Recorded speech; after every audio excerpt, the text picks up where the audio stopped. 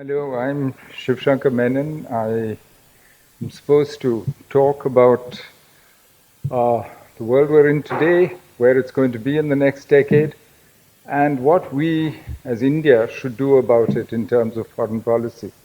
But after watching what AI is about to do, I'm not sure I should make any predictions at all.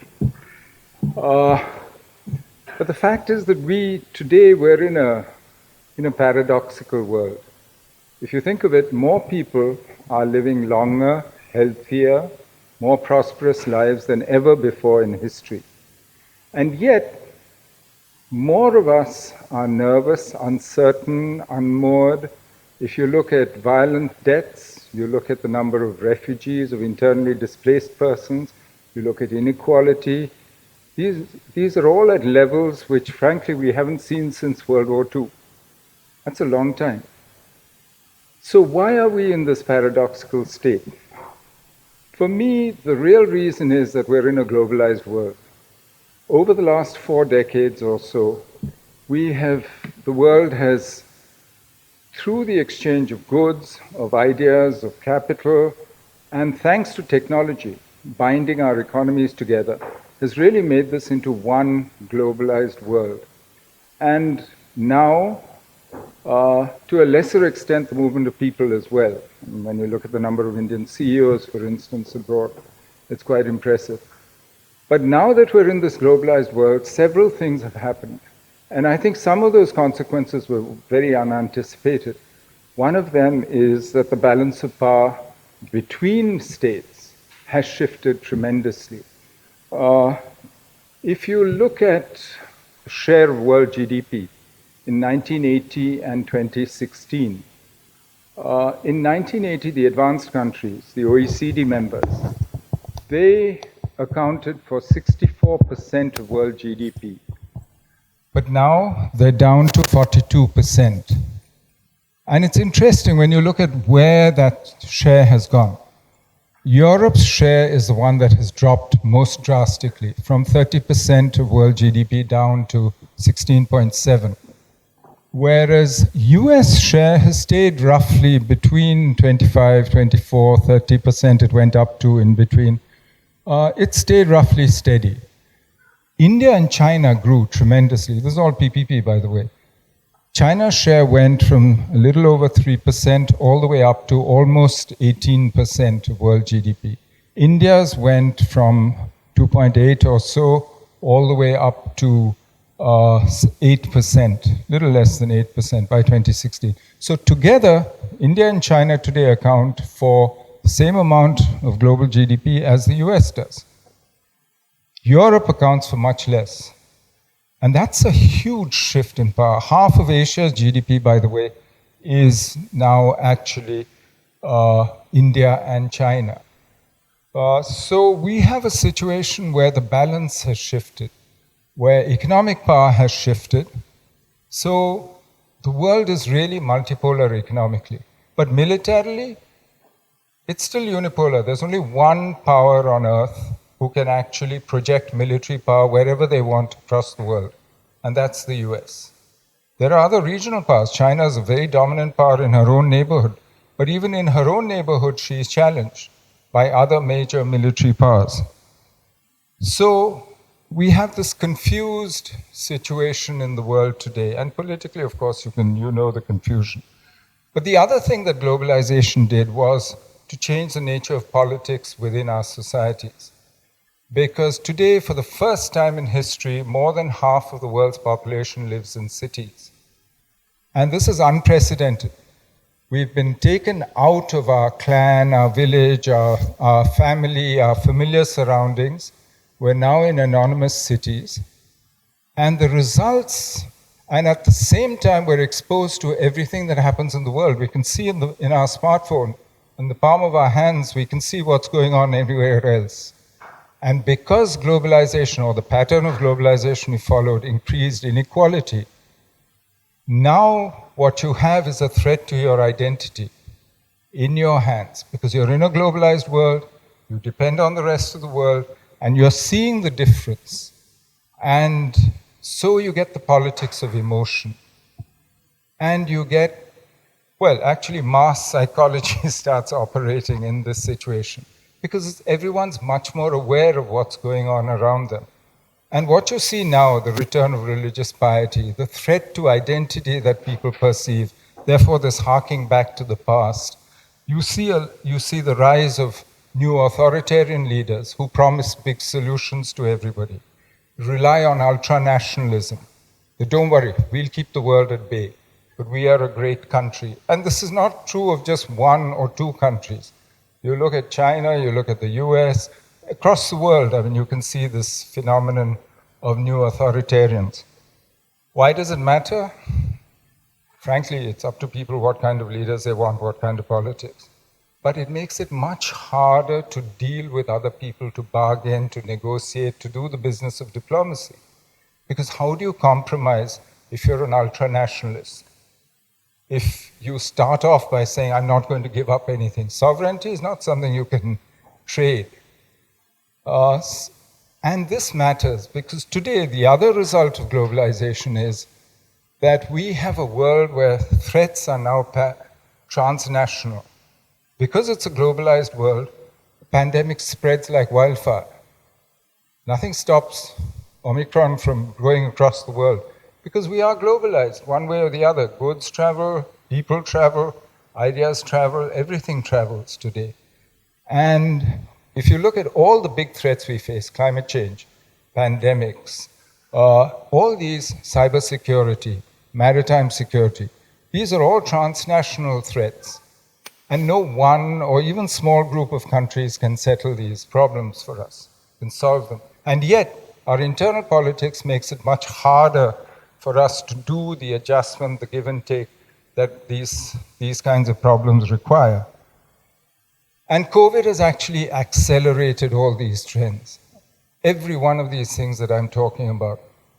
I don't want to depress you, but what does this mean then for the future? Where are we going with this?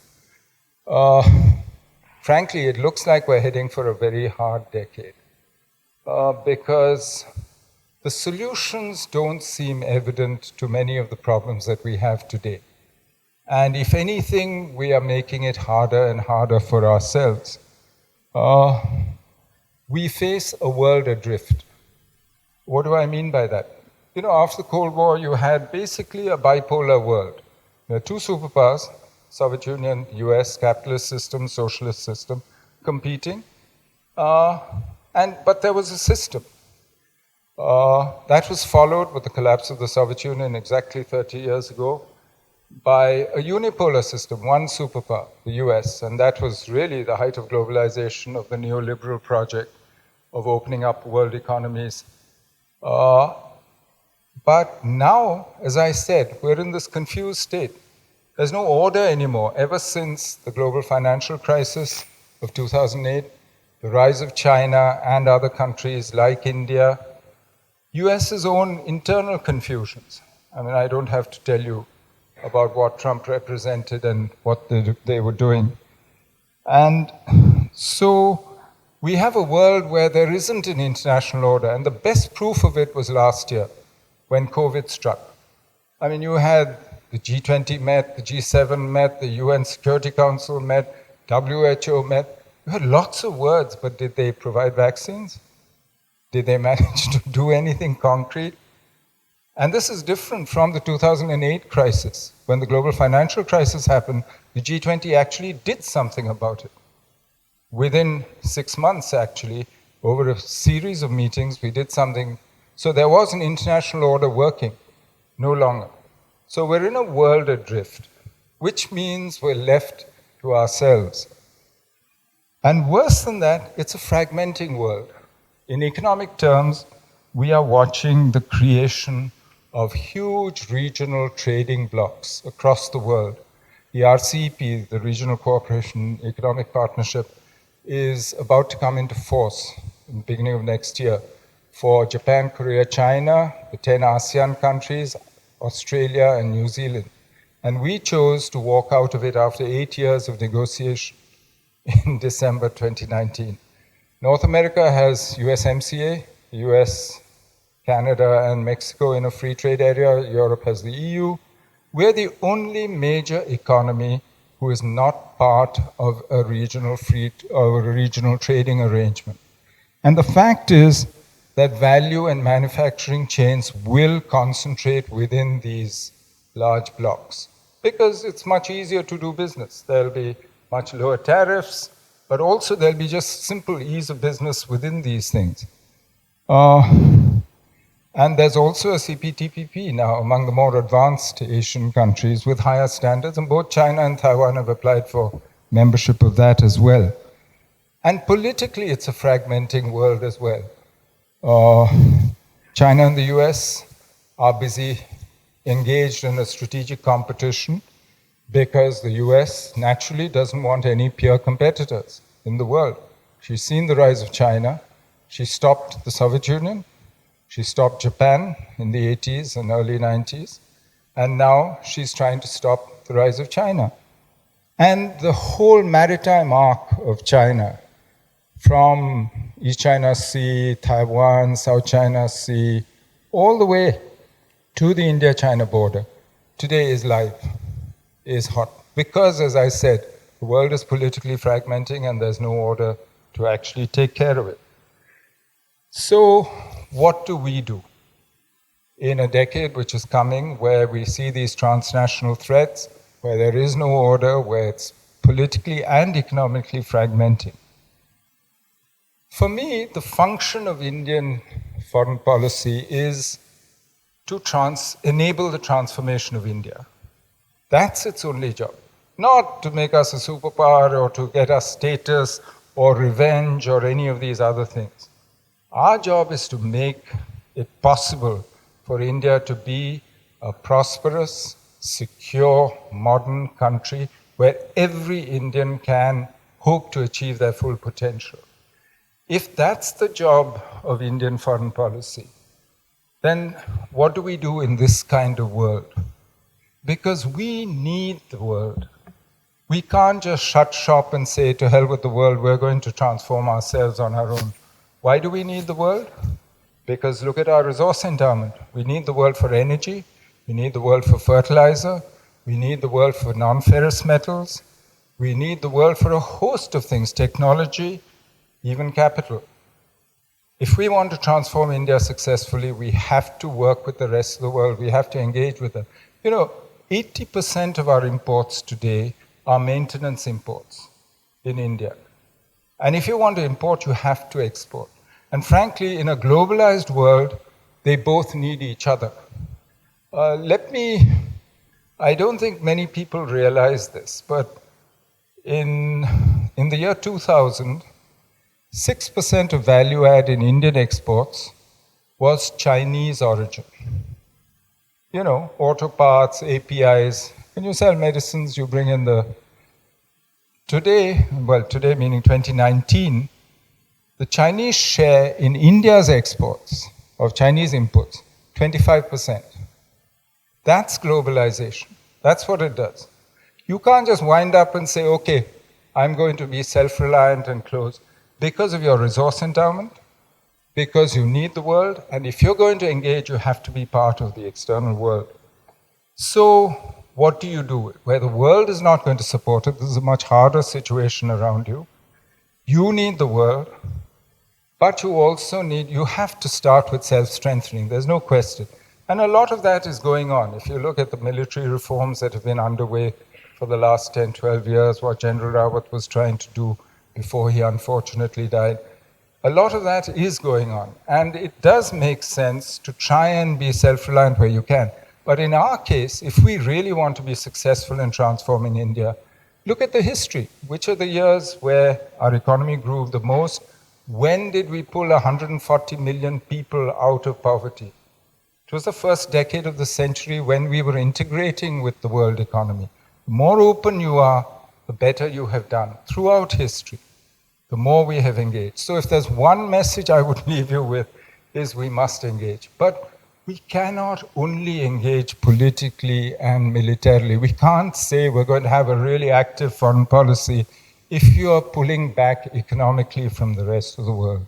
If you've been raising tariffs for the last 4 years steadily, walk out of our CEP. You can't walk on one leg. That's the fundamental problem of how we engage. But how do you do this in a world of competing powers? You've seen trouble between China and the US, but it's also most relationships now are much more fraught than they ever were before. For me, I have a simple mantra for that. Issue-based coalitions of the willing and able. Not all issues will be solved by the international system. I mean, there's no point going to the UN or the G20 or any of this huge alphabet soup of anagrams that we have, for international organizations. But pick your issues, ones that matter to you. What matters to you? Maritime security matters to you? Work with the Quad. These are the people who have similar interests to you, who want to keep the sea lanes open.